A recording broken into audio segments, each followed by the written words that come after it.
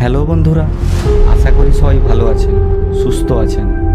আজকে আপনাদের জন্য নিয়ে চলে এসেছি এক সত্যি ঘটে যাওয়া ঘটনা।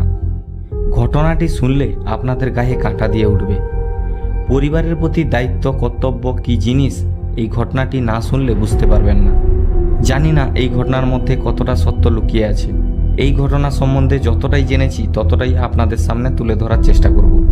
অনেকেই ফার্স্ট ও সেকেন্ড পার্টে কমেন্ট করেছিলেন পার্ট 3 নিয়ে আসার জন্য, তাই আপনাদের জন্য নিয়ে চলে এসেছি করমণ্ডল দুর্ঘটনা পার্ট 3। ঘটনাটি যে পরিবারের সাথে ঘটেছে এবং যে গ্রামে ঘটেছে ওনাদের প্রাইভেসির জন্য আমি যে নামগুলো ব্যবহার করব ওগুলো সম্পূর্ণ কাল্পনিক। তো চলুন শুরু করি। দীনেশের বয়স যখন 19 বছর তখন থেকেই সে কাজ করত চেন্নাইয়ের একটা কারখানায়। বাড়িতে বাবা, মা আর এক ছোট বোন, 4 জনের সংসার। দীনেশের বাবা কাজ করতেন বালেশ্বরের একটি ধানের গোলায়, কিন্তু আজ থেকে প্রায় 4 বছর আগে লরিতে ধানের বস্তা লোডিংয়ের সময় লরি থেকে পড়ে গিয়ে ওনার কোমর ভেঙে যায় এবং উনি গুরুতর আহত হয়ে পড়েন। তাই বাবার চিকিৎসার টাকা, সংসার খরচ এবং বোনের বিয়ের সম্পূর্ণ দায়িত্ব পড়ে যায় দীনেশের উপর। বাড়ির পরিস্থিতি দেখে পড়াশোনা বন্ধ করে বাধ্য হয় দীনেশ বাইরে কাজ করতে। তারপর দীনেশ চেন্নাইতে কাজ করে মাসে মাসে বাড়িতে টাকা পাঠাতো। দীনেশ ওখানে মেশিন অপারেটর ছিল ও ওখানে মোটামুটি ভালো একটা বেতনে কাজ করত। দীনেশ চেন্নাইতে প্রায় 2 বছর কাজ করার পর হঠাৎ খবর আসে তার বোনের জন্য একটা ভালো সম্বন্ধ এসেছে। কিন্তু এতে দীনেশ খুশির থেকে বেশি চিন্তায় পড়ে যায়, কারণ তার প্রায় সমস্ত কিছু আয় তার বাবার চিকিৎসার পেছনে চলে গেছে। কিন্তু বোনের এত ভালো ঘরের সম্বন্ধ সে নাও করতে পারছিল না। অবশেষে সে বাড়ি আসে, তারপর 2 লক্ষ টাকা ঋণ নিয়ে বোনের বিয়ে দেয়। ছোট্ট বোনকে ভালোভাবে বিয়ে দিয়ে দীনেশ কিছুদিন পরে বাড়ি থেকে আবার চেন্নাইয়ের উদ্দেশ্যে রওনা হয়। কিন্তু এরপর দীনেশ আরও চিন্তায় জর্জরিত হয়ে পড়ে, কারণ এইবার তাকে বাবার চিকিৎসা, সংসার চালানো প্লাস 2 লক্ষ টাকা ঋণও শোধ করতে হবে। দীনেশের চেন্নাইতে ডিউটি ছিল 12 ঘন্টা, কিন্তু দীনেশের পরিস্থিতি এতটাই খারাপ ছিল যে দীনেশ বাধ্য হয় 16 ঘন্টা করে কাজ করার জন্য। এইভাবে কাজ করতে করতে আরও 1.5 বছর কেটে যায়। এই 1.5 বছরে সে প্রায় সব ঋণ শোধ করে দিয়েছিল, আর বাকি 70,000 টাকা ঋণ ছিল, যেটা শোধ করা দীনেশের পক্ষে কোনো ব্যাপার ছিল না। তারপর আবার বাড়ি থেকে দীনেশের কাছে ফোন আসে, দীনেশ মামা হয়েছে। দীনেশ এতে খুবই খুশি হয় এবং সে তৎক্ষণাৎ তার কারখানার ইনচার্জকে জানায় যে তার কিছুদিনের ছুটি লাগবে। কিন্তু কারখানায় কর্মচারী কম থাকায় দীনেশকে ছুটি নিতে বারণ করে ইনচার্জ। কিন্তু দীনেশ অনেক রিকোয়েস্ট করার পর ইনচার্জ তাকে আর না করতে পারে না, কারণ দীনেশ অনেক পুরানো কর্মচারী।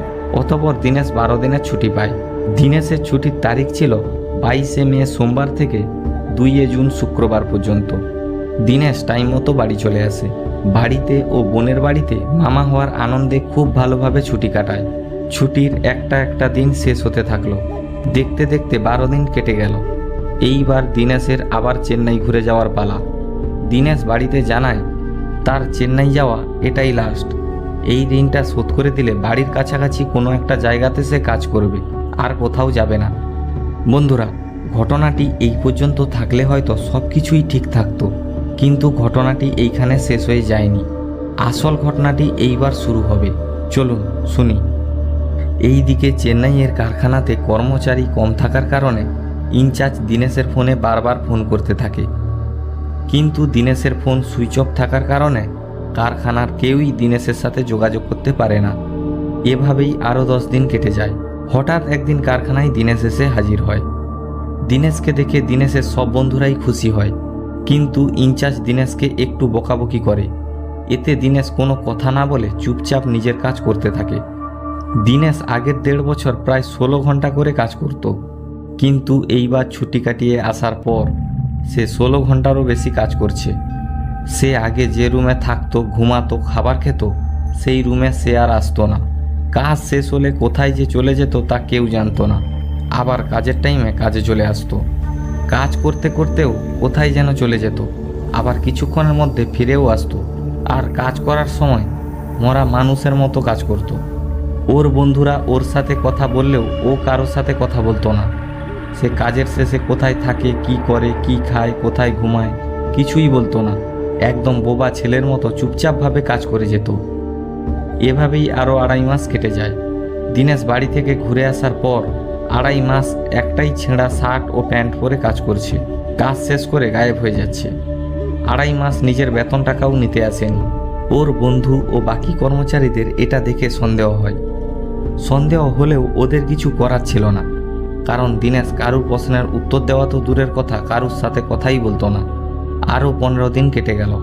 দীনেশের কাজ করা 3 মাস পূর্ণ হলো, কিন্তু এরপর থেকেই দীনেশ হঠাৎ কাজে আসা বন্ধ করে দেয়। বাড়ি থেকে ঘুরে আসার পর থেকেই ওর ফোনে আর ফোন লাগে না। সবাই ওকে খোঁজার চেষ্টা করলেও ওকে কোথাও খুঁজে পাওয়া যায়নি। এভাবেই আরও 1 মাস পেরিয়ে যাওয়ার পর দীনেশের বন্ধুরা অনেক কষ্টে দীনেশের বাড়ির ফোন নাম্বার জোগাড় করে, আর ওরা দীনেশের বাড়ির ফোনে ফোন করে। ফোনটা দীনেশের মা তুলেন এবং দীনেশের বন্ধুরা দীনেশের মাকে জিজ্ঞাসা করে, দীনেশ কোথায়?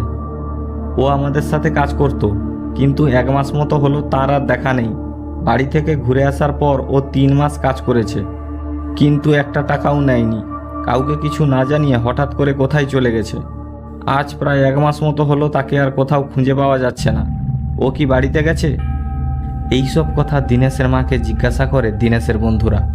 অপর প্রান্ত থেকে দীনেশের মা দীনেশের বন্ধুদের যেটা বললেন সেটা শুনে ওরা আর নিজেদের সামলাতে পারেনি।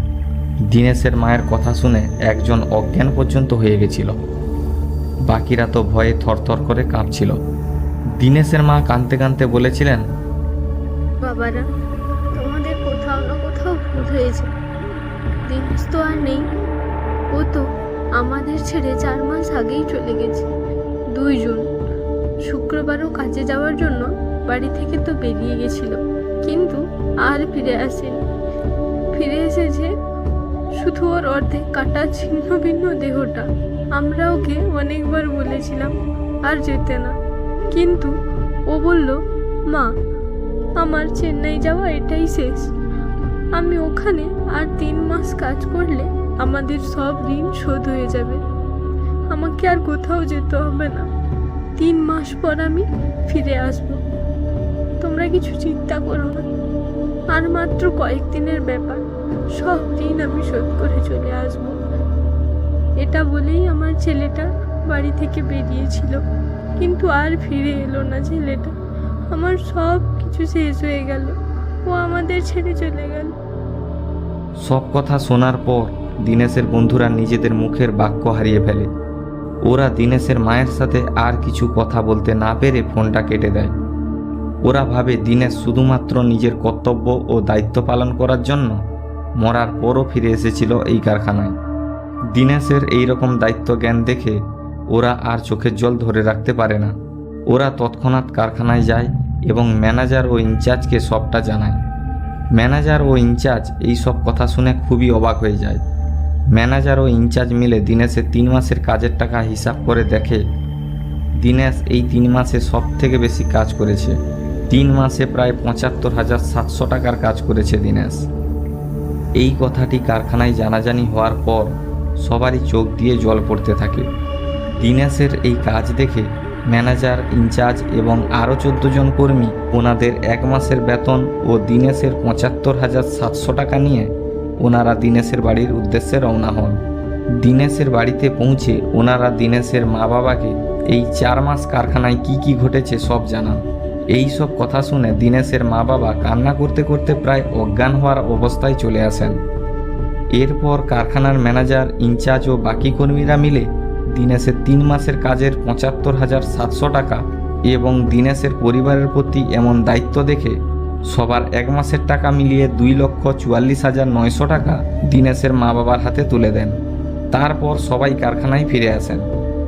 এরপর থেকে এখন পর্যন্ত আর কোনোদিন দীনেশকে কারখানাতে দেখা যায়নি। তো বন্ধুরা, এই ছিল দীনেশের এক দুঃখে ভরা কাহিনী। ঈশ্বরের কাছে প্রার্থনা করি দীনেশ ও দীনেশের মতো আরও 300 জন যাদের এই দুর্ঘটনায় মর্মান্তিকভাবে মৃত্যু হয়েছে তাদের আত্মা যেন শান্তি পায়।